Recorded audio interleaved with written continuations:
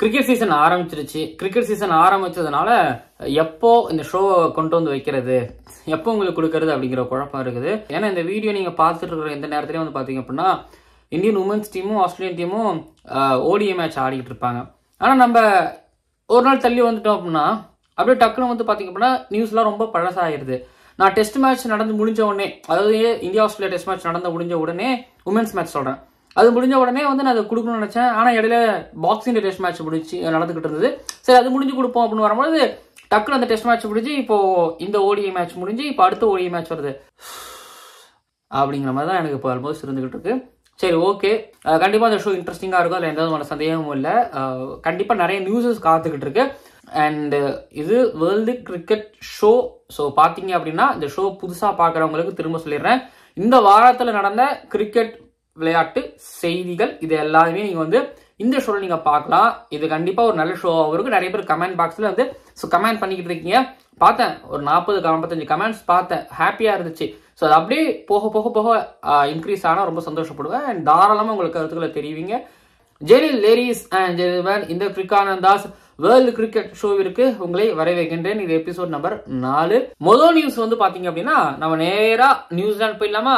நியூசிலாந்துல வந்து பாத்தீங்க அப்படின்னா பங்களாதேஷ் டூர் போயிருக்காங்க. டெஸ்ட் மேட்ச் மட்டும் தான் ஆடல.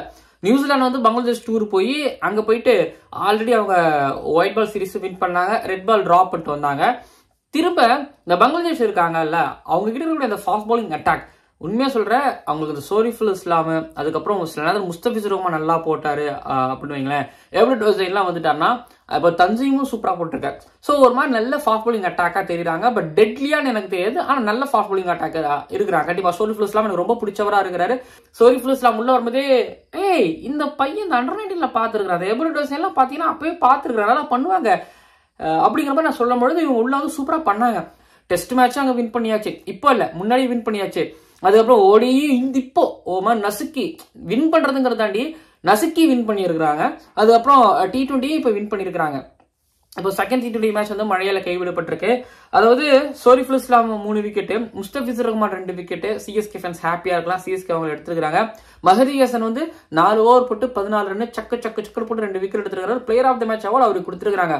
ஆனா இதுல 134க்கு கீழே விழும்பொழுது ஜிம்னேஷா மட்டும் ஒரு 40 சம்திங் வந்து அடிச்சிருக்கிறாரு. அவர் மட்டும்தான் அடிச்சிருக்காரு. மற்றபடி 1க்கு 1, 1க்கு 2, 1க்கு 3, அப்புறம் 20க்கு 4, 50க்கு 5, 91க்கு 6 முடியும் பொழுது 127க்கு 9ன்னு முடிக்கும் பொழுது இந்த பக்கம் சேஸ் பண்ணாங்க. லிட்டன் தாஸ் வந்து ஒரு 40+1 அடிச்சாரு. அடிச்சு அதுக்கப்புறம் வந்து பாத்தீங்கன்னா கீழே இருக்கிறவங்க ஓரளவு கான்ட்ரிபியூட் பண்ணாங்க. மஹதி ஹசன் வந்து 14 ஓவருக்கு 19 ரன் அடிச்சாரு. ஸோ மேட்சை வின் பண்ணாங்க. மேட்சை தாண்டி இப்போ அடுத்து சீரீஸை லெவல் பண்ணலாம் நியூசிலாந்து. பட் ஒருவேளை பங்களாதேஷுக்கு ஒரு நல்ல வாய்ப்பு இருக்கு. 31ஆம் தேதி மேட்ச் நல்ல வாய்ப்பு இருக்கு T20 சீரீஸை வின் பண்றதுக்கு. வேர்ல்டு கப் தோல்விக்கு அப்புறம், டாக்கா டெஸ்ட் மேட்ச் தோல்விக்கு அப்புறமா இப்போ சொந்த ஊர்ல போய் அடிச்சு T20 சீரீஸ் வின் பண்ணதுனால இது நியூசிலாந்து காயமா அவங்க வேர்ல்டு கப்ல பாத்துக்கோங்க, ஓகேங்களா? ஐ டோன்ட் கேர் அப்படிங்கிற மாதிரி. ஆனா ஃபுல் ஸ்ட்ரென்த் ஸ்குவாட் ஆடிட்டு இருக்காங்க. பட் என்ன பொறுத்தவரைக்கும் record is record. Bangladesh okay, உங்களுக்கு நியூசிலாந்து உங்களுக்கு வந்து ஐ டோன்ட் கேர் நீங்க நினைக்கிறீங்களா? ஸோ அப்போனா அவங்க கிட்ட கொடுத்துருப்பாங்க, அவங்க அதை வச்சு கொண்டாடுவாங்க. ஸோ அது தேவையும் கூட. பார்ப்போம், இது ஒரு பக்கம். பட் நம்ம பங்களாதேஷ்ல அதாவது நியூசிலாந்து போயிட்டு இப்போ திரும்பி பங்களாதேஷ் தான் போக போறோம். அங்க ஒரு செய்தி இருக்குது, குட்டி செய்தி தான், துணுக்கு தான். ஏன்னா ஷகீப் ஹசன் இந்த வேர்ல்டு கப்ல சரியா ஆடல. 2019 அவர் தான் player of the series award வாங்குவாருன்னு சொல்லிட்டு கிட்டத்தட்ட ஒரு 300 ஒன்று அடிச்சாரு. பவுலிங் பெர்ஃபார்மன்ஸ் சூப்பரா போட்டாங்க. ஸோ இந்த வருஷம் வந்து பாத்தீங்கன்னா கேப்டன்சி அவர்கிட்ட கொடுக்கப்பட்டது. ஸோ அதிக எதிர்பார்ப்பு. இங்கிலாந்துல ஒரு player of the series award performance கொடுத்தாரு. பட் இந்த வருஷம் வந்து இந்தியாவில் நடக்குது அப்படிங்கறதுனால ஒரு மாதிரி ஏகபோகமா இருக்க போகுதுன்னு நினைக்கும் போது சரியா பெர்ஃபார்மன்ஸ் பண்ணல. ஒரு மாதிரி ஒஸ்ட் 11 சேர்த்தோம் அப்படின்னா அதுல வந்து ஷகீப் ஹசனோட பேரு இருக்கும். அவர் கேப்டனா கூட போற அளவுக்கு அவரோட பெர்ஃபார்மன்ஸ் இருந்துச்சு. என்னன்னா அவருக்கு வந்து கண் பார்வை சரியில்லாம தான் அவர் ஆடி இருக்கிறார். அவர் சொல்லியிருக்கிறார், நான் ஏன் சரியா ஆடலை அப்படின்னா எனக்கு கண் பார்வை சரியில்லைன்னு சொல்லிட்டு. இதுக்கு முன்னாடி ஒருத்தர் ஏபி டிவிலியர்ஸ் அப்படிங்கிறவர் கடைசி காலகட்டத்தில் வந்து என் குழந்தை என் கண்ணுல ஒத்தச்சிச்சு அப்படிங்கறதுனால தான் வந்து என்னால கிரிக்கெட் ஆட முடியல அப்படிங்கிற மாதிரி அவர் சொல்லியிருந்தாரு. இப்போ ஷகீப் ஹசன் சொல்லியிருக்கிறாரு. ஷகீப் ஹசன் ஸ்பீடா ரெக்கவரி ஆகிவாங்க. இப்போ அவர் இல்லாம தான் நியூசிலாந்துக்கு அகேன்ஸ்டா டெஸ்ட் சீரிஸ் ஆனாங்க. இப்போ நியூசிலாந்துக்கு போயிருக்கிறாங்க. அண்ட் இப்போ அடுத்ததே உடனே சீரீஸ்லாம் வருது. சரி, ரெக்கவரி ஆகி வருவார் நினைக்கிறேன். ஐபிஎல்ல KKR-க்காக தான் ஆடுறாரு. ஆமா, KKR-க்காக ஆடுறாரு. ஸோ இந்த ஒரு ரீசன் இருக்கு. ஸோ அதனாலதான் ஷகீப் ஹசன் சரியா ஆடலையோ அப்படின்னு ஓரளவு அவர் நல்லா ஆடி இருந்தாருன்னா பங்களாதேஷ்க்கு ஒரு மாதிரி ஒரு கான்ஃபிடண்டா இருந்திருக்கும். நான் டக்குனு உங்களை வந்து இப்போ வெஸ்ட் இண்டீஸுக்கு இங்கிலாந்துக்கு கூப்பிட்டு போகின்றேன். இப்போ என்னன்னா இந்த வருஷம் வந்து ஆல்மோஸ்ட் வந்து இங்கிலாந்துக்கு சரியில்லாம் சொல்ல மாட்டேன், ரெட் பால்ல செம்ம, ஒயிட் பால்ல சருக்கு. ஓகேங்களா, பூனை புலி அந்த கதை தான் இருந்துகிட்டு இருக்காங்க. இப்போ என்னடா இப்படியே போயிட்டு இருக்கு, நம்ம டிஃபெண்டிங் சாம்பியன் வேற T20 வேர்ல்டு கப்ல, இப்போ T20 வேர்ல்டு கப் வேற இருக்குது, இது சரி வரலையே, பட்லரு வெஸ்ட் இண்டீஸ்ல போய் தோத்துட்டோமே, இது நல்ல சயன மாதிரி தெரியலையே அப்படிங்கிற மாதிரி என்ன பண்ணிட்டாங்க, சரி வெஸ்ட் இண்டீஸ் T20 அங்க நல்லா ஆடுறவங்க, வெஸ்ட் இண்டீஸ்ல தான் யூஎஸ்ல தான் வேர்ல்டு கப்பு, அங்க இருந்து ஒருத்தரை பிடிச்சி போட்டோம் அப்படின்னா நம்ம ஏன் கப் அடிக்கிறத பத்தி யோசிக்க கூடாது அப்படின்னு யோசிச்சு என்ன பண்ணிட்டாங்க, கைரன் பொல்லாடா வந்து நீங்க கோச்சா இல்ல அசிஸ்டன்ட் கோச்சா எங்களுக்கு கிட்ட வாங்க, ஏன்னா லோக்கல் கண்டிஷன் அறிஞ்சு தெரிஞ்ச இந்த T20 வேர்ல்டு கப் வைப்பாங்க, அதெல்லாம் நடக்க போகுது. ஸோ வெஸ்ட் இண்டீஸ் யூஎஸ்ல நடக்கும்போது எங்களுக்கு லோக்கல் கண்டிஷன் தெரிஞ்சு அறிஞ்சு புரிஞ்ச ஒரு மேதை எங்களுக்கு தேவை அப்படிங்கும்போது, பொல்லாட் சார் நீங்க வாங்க, நீங்க ஆல்ரெடி வந்து பாத்தீங்கன்னா மும்பை இந்தியன்ஸ்க்கு ஒரு பேட்டிங் கோச்சா இருந்திருக்கீங்க, இப்போ நீங்க பிளேயரா தான் இருக்கீங்க, பட் நீங்க எங்களுக்கு அசிஸ்டன்ட் கோச்சா வாங்கன்னு சொல்லி இப்போ இருகரம் கூப்பி வரவேற்கின்றார்கள். பட் ஏன்னா என்ன பொறுத்தவரைக்கும் நல்ல டெசிஷன், ஒரு போலி அங்க போகும்பொழுது ஸோ அவருக்கு தெரியும் இங்க என்ன பண்ணணும் என்ன பண்ணக்கூடாது அப்படிங்கிற சஜஷன்ஸ் ஓரளவு அவரால் கொடுக்கவும் முடியும். ஸோ இது கண்டிப்பா பெரிய ஒரு அட்வான்டேஜாகவும் முடிவறதுக்கு வாய்ப்பு இருக்குது. பட் இது நல்ல விஷயம் என்னை பொறுத்தவரைக்கும், கைரன் பொல்லாடை பொறுத்த வரைக்கும். இப்போ நேரா இங்கிலாந்துல இருந்து நம்ம வந்து ஆப்கானிஸ்தான் போவோமா? ஆப்கானிஸ்தான் வந்து அவங்க ஹோம் கிரவுண்டு இந்தியால தான் ஆடினாங்க ப்ரீ கோவிடுக்கு முன்னாடி. அதுக்கப்புறம் என்ன பண்ணிட்டாங்க, தோஹாலையும் அவங்களுக்கு UAE கிடைச்சிச்சு. ஸோ கிடைச்ச உடனே அவங்க அங்க ஆடினாங்க. ஆனா இப்ப என்ன கேட்டிருக்காங்க BCCI கிட்ட, எங்களுக்கு ஏதாவது ஹோம் மெனியூஸ் கொடுங்கன்னு கேட்டிருக்காங்க. ஸோ ஆல்ரெடி உங்களுக்கு லக்னோவும் டேரக்டனும் ஒதுக்கி இருக்கிறாங்க. அப்படிங்கும்போது இப்போ அவங்களுக்கு மேபி நார்த் ஈஸ்ட்ல கவுஹாத்தில தான் ஒதுக்குவாங்க, இந்த பக்கத்துல எங்கேயும் உங்களுக்கு ஒதுக்க மாட்டாங்க நான் பிலீவ் பண்றேன்.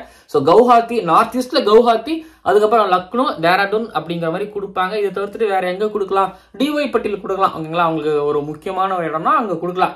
அதுக்கப்புறம் இப்போ ஆப்கானிஸ்தான்ல இன்னொரு விஷயம் என்ன அப்படின்னா, அதிகமா பிரீமியர் லீக் ஆடுற ஒரு டீம்கள் அவங்களும் பிளேயர்ஸுக்குள்ள அவங்களும் அதான் கரெக்ட், அவங்க நிறைய பிளேயர்ஸுக்குலாம் ஆயிட்டாங்க.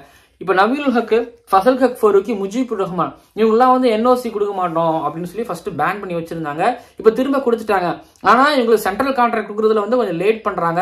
ஏன்னா இவங்களுக்கு என்னடா நாட்டை விட உங்களுக்கு வந்து பிரீமியர் லீக் ரொம்ப முக்கியமா போயிடுச்சா, கிடையாது அப்படிங்கிற மாதிரி இப்போ கொஞ்சம் லேட் பண்ணி வச்சிருக்காங்களா. முஜீபுர் ரஹ்மான் BBL ஆடிட்டு இருக்கிறாரு, இந்த பக்கம் ஃபசல் ஹக் ஃபரூக்கியும் நவீனுல் ஹக்கும் வந்து UAE அகேன்ஸ்டா ஷார்ஜா நடக்கிற 3 T20s பாடிட்டு இருக்காங்க. ஆனா சென்ட்ரல் கான்ட்ராக்ட் இவங்க லேட் பண்ணுவாங்க, ஏன்னா கண்டிப்பா ஏதாவது பனிஷ் பண்றதுக்கு வாய்ப்பு இருக்கு. சோ இந்த மாதிரி வந்து எல்லாரும் நாட்டை தாண்டி நான் பிரீமியர் லீக் தான் விளையாட போனோம்னா அப்ப நாடு எதுக்கு இருக்கு அப்படிங்கிற மாதிரி வந்து அவங்க அதை பண்ணிருக்காங்க. நல்ல டெசிஷன். இந்த மாதிரியான நடவடிக்கைகள் வந்தால் வழியதான் இன்டர்நேஷனல் கிரிக்கெட்டை காப்பாற்ற முடியும். பிளேயர்ஸோட நலனும் ரொம்ப முக்கியம். பிரீமியர் லீக் நீங்க ஆகணும், ஆனா நாடு ரொம்ப முக்கியங்க.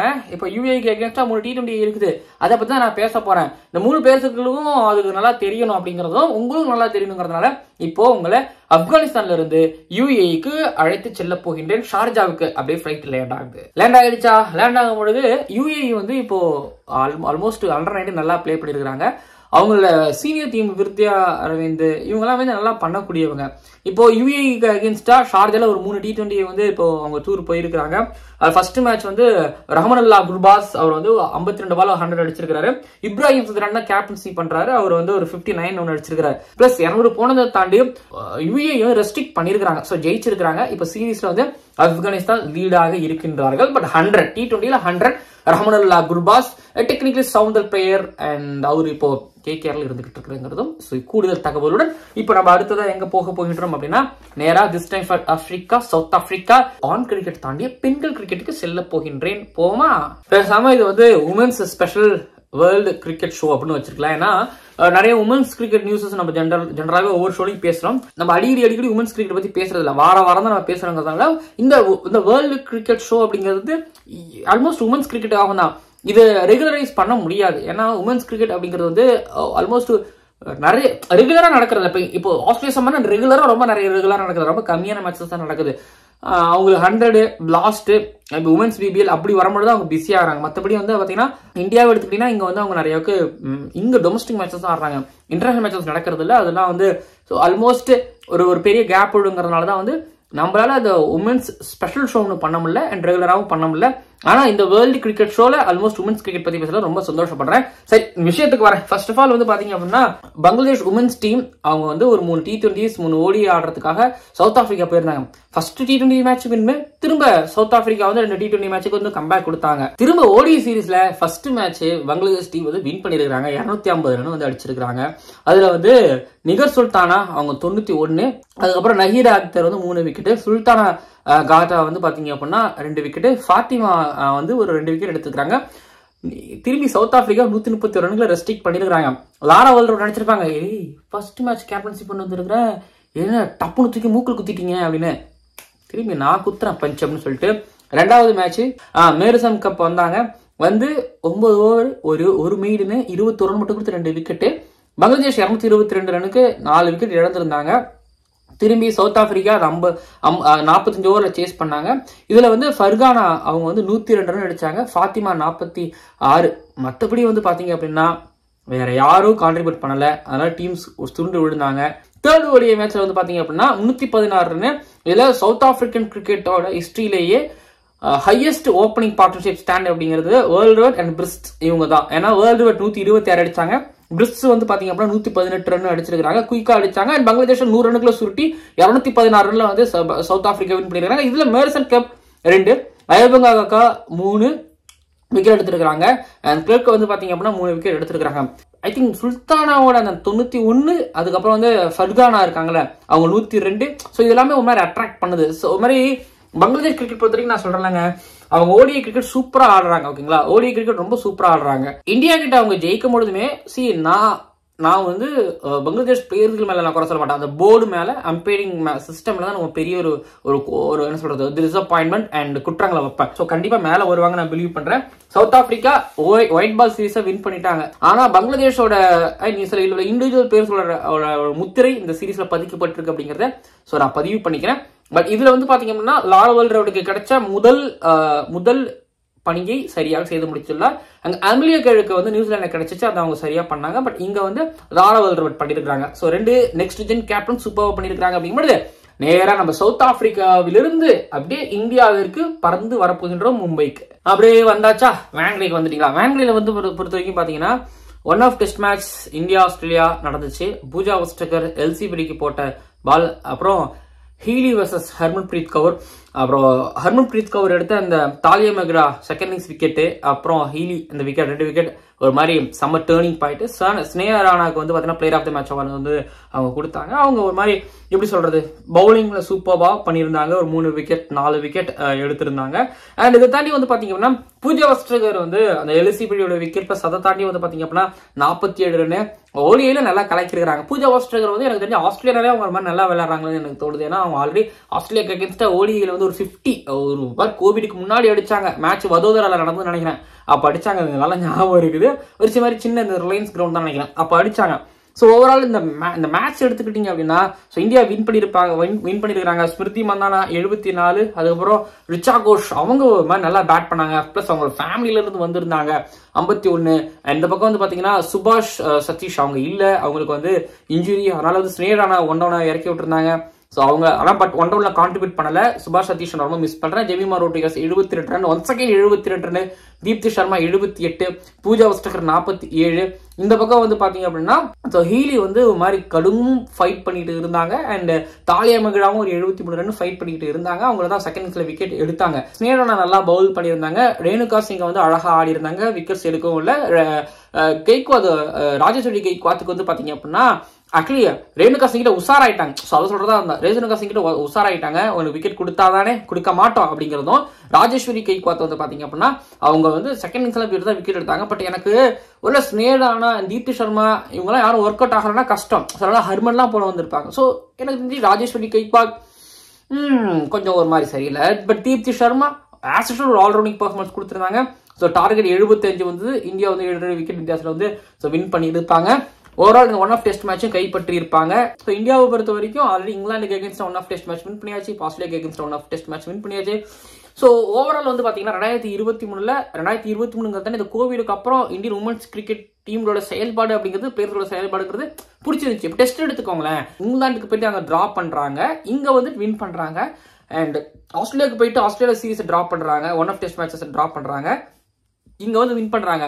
இந்தியாவை பொறுத்த வரைக்கும் டெஸ்ட்ல ஸ்ட்ராங்கா இருக்கிறாங்க. ஓவர்சீஸ்ல போயிட்டு டிரா பண்ணிட்டு வராங்க. ஒரு மாதிரி டெஸ்ட்ல என்னவோ பண்றாங்க பாருங்க, ஹோம் அவேல போயிட்டு தோக்காம என்னவோ ஒன்று பண்றாங்க. இவங்களுக்கு நிறைய டெஸ்ட் மேட்ச் கொடுத்தா என்ன, சரி ஹோம்ல அவேல கொடுத்தா என்னன்னு பாத்தீங்கன்னா இவங்களுக்கு அடுத்தது எப்போ test match south Africa against Indian women's team இருக்கு. இன்னும் 1 வருஷத்துக்கு 2 வருஷத்துக்கு இல்லைன்னு நினைக்கிறேன். ஆமா இல்ல, சவுத் ஆப்பிரிக்கா அகைன்ஸ்டா லேட்டா தான் வரப்போகுது டெஸ்ட் மேட்ச் கூட. ஸோ பார்க்கும்பொழுது வருத்தமா இருக்கு. நல்லா விளையாடுறாங்க, திரும்பி அங்கேயே அது வந்து கட் ஆகிறது.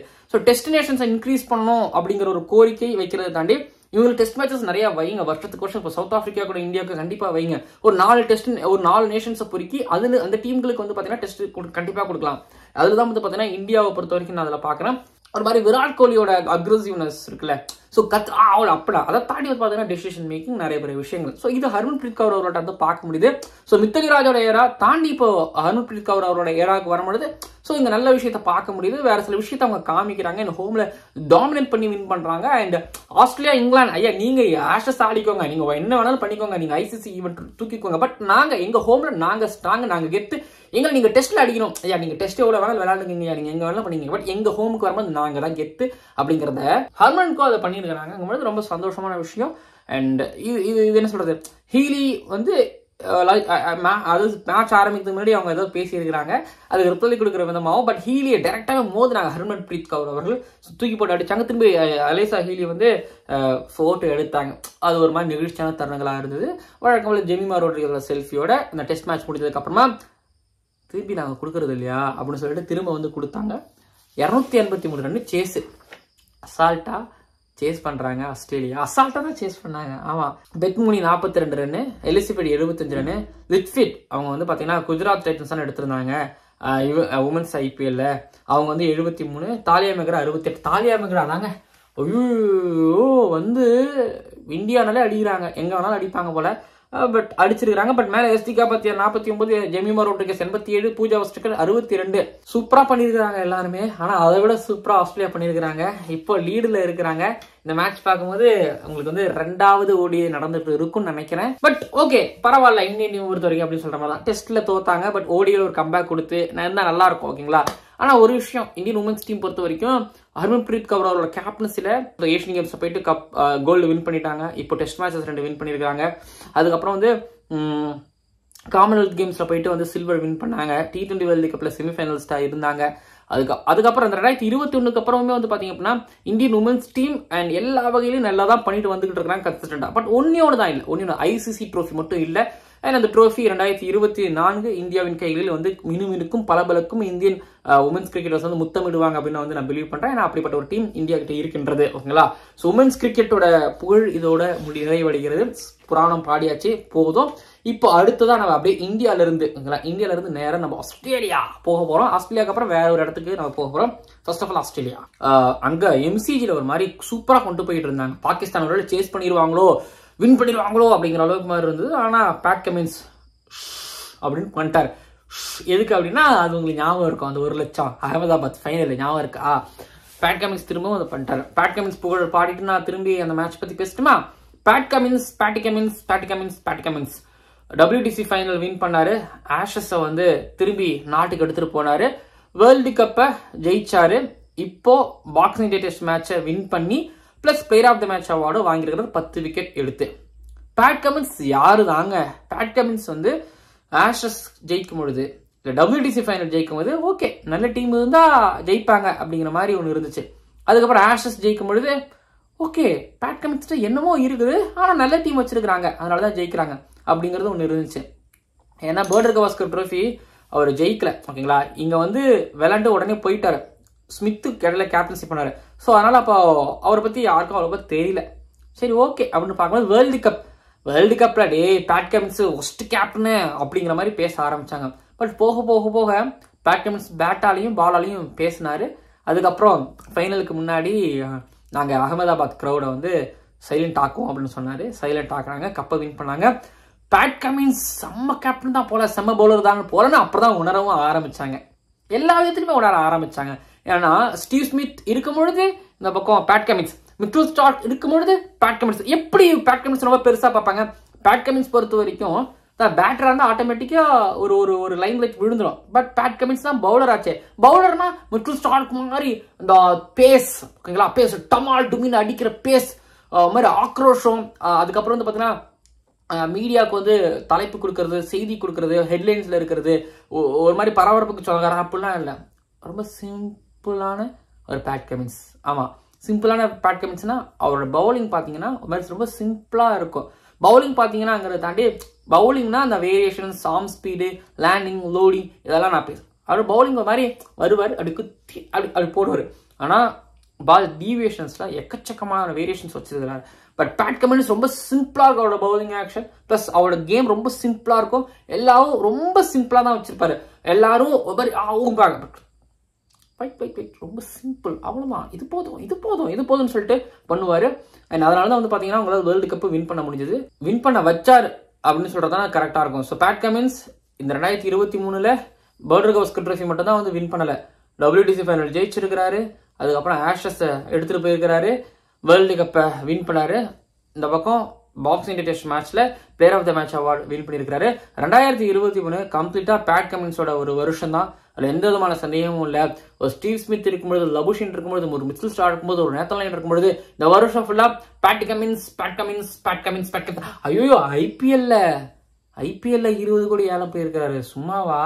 ஸோ இந்த வருஷம் 2023 பேட் கமின்ஸோட ஒரு வருஷம். ஹிஸ்டரி எடுத்து பார்த்தீங்க அப்படின்னா ஆஸ்திரேலியாவோட ஒரு கிரேட் கேப்டனா ஒரு உட்காந்துட்டாரு. யாரும் அவர் ஏத்துக்கவே இல்லை. ஆஷஸ் வின் பண்ணும்போது, WTC வின் பண்ணும்போதும் பெருசா ஏத்துக்கல. ஆனா இப்ப கண்டிப்பா ஏத்துக்கிட்டு தானே ஆகணும். வேர்ல்டு கப் வின் பண்ணிருக்காரு. எங்க ஊர்ல இருக்கிறவங்களுக்கே பேட் கமின்ஸ், கிராமத்துல இருக்கிறவங்களுக்கே பேட் கமின்ஸ் இருந்திருக்குன்னா பாத்துக்கோங்க. அந்த அளவுக்கு பேட் கமின்ஸ் ஒரு மாதிரி ஃபயர் பண்ணிட்டு இருக்காரு. அவரு இந்த மாதிரி பண்றது ரொம்ப சந்தோஷமா இருக்குது. ஏன்னா நான் சொல்றேன், எனக்கு பேட் கமின்ஸோட பவுலிங் ரொம்ப பிடிக்கும். ஸோ ஒரு மாதிரி அடி வருவாரு, அப்படி ஒரு மாதிரி இப்படி வந்துட்டு போடுவார். So I think Border Gavaskar ட்ரோஃபியில் அவர் தானே player of the series award அந்த பக்கத்துல இருந்து வாங்கினது. ஆமா, ஸோ அந்தளவுக்கு பேட் கமின்ஸ் ஒரு மாதிரி ஜெகஜாந்திக்கு ஒரு கேப்டன். ஸோ கண்டிப்பா அடுத்த வருஷம் 2024 அவருக்கு பல சவால்கள் காத்துக்கிட்டு இருக்கு. பார்ப்போம். இது பேட் கமின்ஸோட புகழாரம். அதுக்கப்புறம் வந்து பாத்தீங்கன்னா இந்த பாக்ஸிங் டெஸ்ட் மேட்சுக்கு வரும்பொழுது MCGல வந்து முதல் நாள் கூட்டம் குடிச்சு, 2ஆம் நாள் கூட்டம் குடிச்சு, 3ஆம் நாள் கூட்டம், 4ஆம் நாள் கூட்டம்ல அப்படிலாம் இருந்துச்சு. அந்த அளவுக்கு தான் இருந்தாங்க. பாகிஸ்தான் ஜெயிப்பாங்கிற மாதிரி இருந்தாங்க. பட் நல்ல ஒரு புது பவுலிங் அட்டாக்கோடய அவங்க வந்திருந்தாங்க. ஷஹீன் ஷாஃபிலி, அஸ்ர் அலி 2 பேர் தெரிந்தவங்க உங்களுக்கு. அப்புறம் ஹம்சா அண்ட் ஜமால் அப்படின்னு சொல்லிட்டு அவங்க 2 லெஃப்ட் ஆஃப் ஃபாஸ்ட் ஒன்று, ஃபாஸ்ட் பவுலர் ஒன்று அவங்க கொண்டு வந்தாங்க. இதுல வந்து பாத்தீங்க அப்படின்னா மார்ஷ் வந்து ஒரு 96 ரன் அவங்கெல்லாம் ட்விட்டர்ல செம்மையா பேசிட்டு இருந்தாங்க. மார்ஷ் 100 ரன்ல விட்டாரு, வாய்ச்சோ கடவுளேன்னு. ஸோ அவர் ஒரு 96 ரன் அடிச்சாங்க. ஸ்மித் ஒரு ஹாஃப் செஞ்சுரி, அண்ட் லபுஷன் அந்த பக்கத்துல ஒரு ஹாஃப் செஞ்சுரி. டெஸ்ட்டுக்கு பொருத்தமான ஜோடிகள்ங்க. மேல ஒருத்தர் கீழே இவர் அடிக்கலன்னா அவர் அடிக்கலன்னா இவரு அப்படிங்கிற மாதிரி ஒன்று எங்க பார்க்க முடிஞ்சது. அதுக்கப்புறம் வந்து பாத்தீங்கன்னா அலெக்ஸ் கேரி வந்து ஒரு 53. அலெக்ஸ் கேரி கிரிக்கெட்லாம் ஆடுறாரான்னு கேட்குற அளவுக்கு இருக்குது. ஏன்னா அலெக்ஸ் கேரி வந்து அங்க உட்கார வச்சாங்க. அவருக்கு பதிலாக யார் ஆனாங்க வேர்ல்டு கப்ல செம்மையா விக்கெட் கீப்பிங் பண்ணார் ஒருத்தர். அவர் பேர் யாரான்னு சொல்லிட்டு இப்போ கண்டுபிடிச்சு வந்து கீழே வந்து கமெண்ட் பண்ணுங்க. ஏன்னா ஒரு புது பவுலிங் அட்டாக்கு பிடிச்சி சதச்சு விட போறாங்க, செஞ்சு விட போறாங்கன்னு நினைக்கும் பொழுது அப்படிலாம் நடக்கல. இவங்க ஹம்சாவும் ஷஹீன் ஷாஃபிலி, ஜமால் இவங்கெல்லாம் சேர்ந்து சூப்பரா பவுலிங் பண்ணிட்டாங்க. அதுக்கப்புறம் இந்த மேட்ச்ல வந்து இவரு சர்ஃப்ராஸ் இல்ல, அவருக்கு மேல ரிஸ்வான். ஏன்னா ரிஸ்வான் சரியா ஃபார்ம் இல்லைன்னு சொல்லிட்டு சர்ஃப்ராஸ் ஆட வச்சிருந்தாங்க கொஞ்ச நாளைக்கு. இப்ப பாகிஸ்தானுங்கிறதுனால சர்ஃப்ராஸ் உட்கார வச்சுட்டு ரிஸ்வான் ஆட வச்சிட்டாங்க. இந்த மாதிரிலாம் பண்ணுவாங்களே இந்தியாவில. இந்த பையன் சப்கார்டினர்ல சரியா ஆடுவாப்புல, ஆனா ஓவர்ஸ்ல சரியா ஆட மாட்டாப்புல, உட்காரவை அப்படின்னு சொல்லுவாங்க. அப்படிலாம் பண்ணல. பட் அங்கே பாகிஸ்தான் அதை பண்ணிட்டாங்க, டஹால்னு அதை பண்ணிட்டாங்க ஹஃபீஸோட தலைமையில் நினைக்கிறேன். But Pat Cummins first innings ஒரு 5, செகண்ட் இன்னிங்ஸ் ஒரு 5, ஆரம்பத்தில் ஒரு 10 விக்கெட் எடுத்திருந்தாரு. அதுக்கப்புறம் ஷான் மசூத் அடிச்சும், ரிஸ்வான் அடிச்சும், அண்ட் அதுக்கப்புறம் பாபர் அசம் அடிச்சும் பெருசா யூஸ் இல்லை. ஜெயிப்பாங்கன்னு ஆல்மோஸ்ட் எதிர்பார்க்கப்பட்டது. பட் ஜோஷ் ஆஷர் போட்டர் அடிச்சு பாபர் அசமோட விக்கெட் எடுத்தாரு, சூப்பராக இருந்துச்சு. அப்புறம் ரிஸ்வானோட விக்கெட் ரொம்ப கான்ட்ரவர்சியா போய்கிட்டு இருக்கு. அது ஒரு பக்கம் இருந்தாலும் பட் சீரீஸை ஆல்மோஸ்ட் வின் பண்ணியாச்சு. 3rd டெஸ்ட் மேட்ச் அடுத்தது சிட்னில நடக்க போகுது. அது சம்பிரதாய போட்டியாக தான் நடக்கும். நீங்க வேணா பாருங்க அந்த மேட்ச். வார்னர் வந்து ஒரு ட்ரிபிள் 100 அடிப்பார். பிச் அப்படிதான் இருக்க போது போட்டு புரட்டி எடுக்க போறாங்க. பட் பாப்பா நடக்க போது சொல்லிட்டு இதான் பாக்ஸிங் டே டெஸ்ட் மேட்ச் பொறுத்த வரைக்கும். பேட் கமின்ஸ் அண்ட் ஆஸ்திரேலியா சிறப்பா செயல்பட்டாங்க. அண்ட் இந்தியாவோட விளையாண்ட செஞ்சுரி டெஸ்ட் மேட்சோட அது நல்லா இருந்திருக்கும் MCG பொறுத்த வரைக்கும்ங்களா. இப்போ நம்ம ஆஸ்திரேலியாவில இருந்து கடைசியா சவுத் ஆப்பிரிக்கா லேண்ட் ஆகி முடிச்சிருமா, லேண்ட் ஆயிடுச்சு. ஸோ இப்போ இந்தியாவை பொறுத்த வரைக்கும் தோத்துட்டாங்க. ரோஹித் சர்மா சொன்னாரு, பவுலிங் அப்படிங்கிறது வந்து ஒரு பவுலர் சார்ந்து கிடையாது அப்படிங்கறத சொன்னாரு. நிறைய பேசினாரு. நம்ம அதை பத்தி கண்டிப்பா கிரிக்கானந்தா ஷோல வந்து பார்ப்போம். என்னாச்சு அப்படின்னா இப்போ ஸ்லோ ஓவர் ரேட் மூலமா இந்தியாவுக்கு பாயிண்ட்ஸ் 10% பிடிங்கிருக்காங்க. தோத்து இருக்கிறாங்க. இதுலயுமா பாயிண்ட்ஸ் புரியுது. பட் ரூல் பிடிங்கி இருக்கிறாங்க. அதுக்கப்புறம் வந்து பாத்தீங்க அப்படின்னா இப்போ இன்னும் நடந்திருக்கு. டீன் எல்கர்டு தான் வந்து இப்போ அடுத்த மேட்ச் லீட் பண்ண போறாரு. டெம்பா பவுமா வந்து இன்ஜுரியில இருந்து வெளியே வரல அப்படிங்கிறதுனால டெம்பா பவுமா ரூல்ட் அவுட் அப்படிங்கிற செய்தி. ஸோ கேப்டவுன்ல எல்கர்டு தன்னோட லாஸ்ட் டெஸ்ட் மேட்ச்க்கு கேப்டனாவும் பண்ண போறாரு. அதுக்கப்புறம் வந்து பாத்தீங்க அப்படின்னா India A versus south Africa A match வந்து சவுத் ஆப்பிரிக்கா நடந்துகிட்டு இருக்கு. சாய் சுதர்ஷன் 30, திலக் வர்மா வந்து 169 பாலுக்கு 50 ரன்னு, துருவ் ஜோரேல் இருக்கார்ல அவரு 166 பாலுக்கு 69, அக்சர் பட்டேல் 2 விக்கெட் பிளஸ் 61 பாலுக்கு 30 ரன்னு, சுந்தர் 32 பாலுக்கு 2 ரன் அடிச்சிருந்தாருங்களா. ஸோ ஆல்ரெடி அவங்க மேல இருக்கிறவங்க சவுத் ஆப்பிரிக்கா ஒரு டீசென்டா பிளே பண்ணியிருந்தாங்க. பட் யூகோ அதை விட ரொம்ப டெஸ்ட் கிரிக்கெட்னா என்னென்ன காட்டுற ராஜா வாராஜான்னு சொல்ற மாதிரி செம்மையா காமிச்சாங்க. அவேஷ் கான் ஒரு 5 எடுத்தாரு. இப்போ அவேஷ் கான் 5 எடுத்தாருங்கிறதுனால என்ன நியூஸ் சொல்ல போறேன்னா, உங்களுக்கு அவேஷ் கான் இந்த செகண்ட் டெஸ்ட் மேட்ச்ல கேப் டவுன்ல ஆட போறாருங்கிற செய்தியை நான் கொடுக்க போகின்றேன். ஆமா, பிரசித் கிருஷ்ணா வந்து ஆல்ரெடி ஃபர்ஸ்ட் அன்அஃபிஷியல் டெஸ்ட் மேட்ச்ல ஒரு 5 ரன் எடுத்தாரு, சேர்த்துட்டாங்க. ஷர்துல் தாக்கூர் அங்க நல்லா விளையாடுறாரு, அவர் ஆல்ரெடி நல்லா விளையாடுறத சேர்த்துட்டாங்க. இப்போ அவேஷ் கான் 5 எடுத்திருக்காரு. இப்போ அவேஷ் கான ஸ்குவாட்ல சேர்த்துருக்காங்க, 11th சேர்ப்பாங்களா அப்படிங்கறதை தெரியவில்லை. ஓகேங்களா, பார்ப்போம். அவேஷ் கான் ஸ்குவாட்ல சேர்ந்துட்டாரு அப்படிங்கிற ஒரு செய்தியும், அதுக்கப்புறம் இங்க ஒரு 5 எடுத்திருக்காங்கிற செய்தியும் நான் உங்களுக்கு தெரிவிக்கின்றேன். பட் அந்த அன்அஃபிஷியல் ஏ டூர் அப்படிங்கிறது 2 மேட்ச் கொண்ட டெஸ்ட் சீரிஸ் டூர் வந்து 0-0, அதாவது 2 மேட்சுமே டிரா ஆகியிருக்கு, கப்பு ஷேர்டு அப்படிங்கிற ஒரு செய்தியும் உங்களுக்கு தெரிவித்துக் கொள்கின்றேன். சரிங்க, ஓவரால் எல்லாத்தையும் கவர் பண்ணிட்டோம். ஆல்மோஸ்ட் 10 நியூஸ் வந்துச்சுன்னு நினைக்கிறேன். ஆமா, பிபிஎல் இல்லைங்க, ஹாரிஸ் ரஃப் ஒரு 3 விக்கெட் எடுத்திருந்தாரு நினைக்கிறேன் லாஸ்ட் ஓவர்ல. டேனியல் சாம்ஸ் ஒரு மாதிரி நல்லா பவுல் பண்ணியிருக்கிறாரு நினைக்கிறேன். டர்னர் வந்து கேப்டன்சில இருந்து விலகி இருக்கிறாரு இன்ஜுரியின் காரணமா அப்படிங்கறது கேள்விப்பட்டேன்.